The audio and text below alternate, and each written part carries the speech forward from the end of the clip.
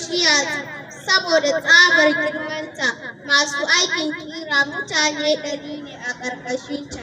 Kowannensu bai san da ɗan uwansa ba saboda tsabar tazarar da ke tsakaninsu. Yaran nan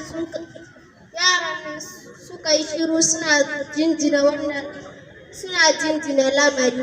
Sai wani yaro a cikinsu ya ce, ni ma a gari su kakanmu akwai wani tsuntsu da yake wucewa duk shekara, kuma idan ya zo wucewa saboda girmansa sai ya yi sati guda yana wucewa.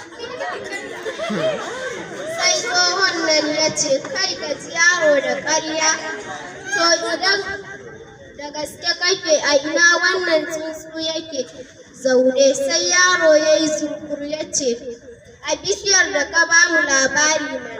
Sai tsohon nan ya gyaɗa kai ya ce, ƙwarai kuwa ya taɓa sauka a gaba na sau uku.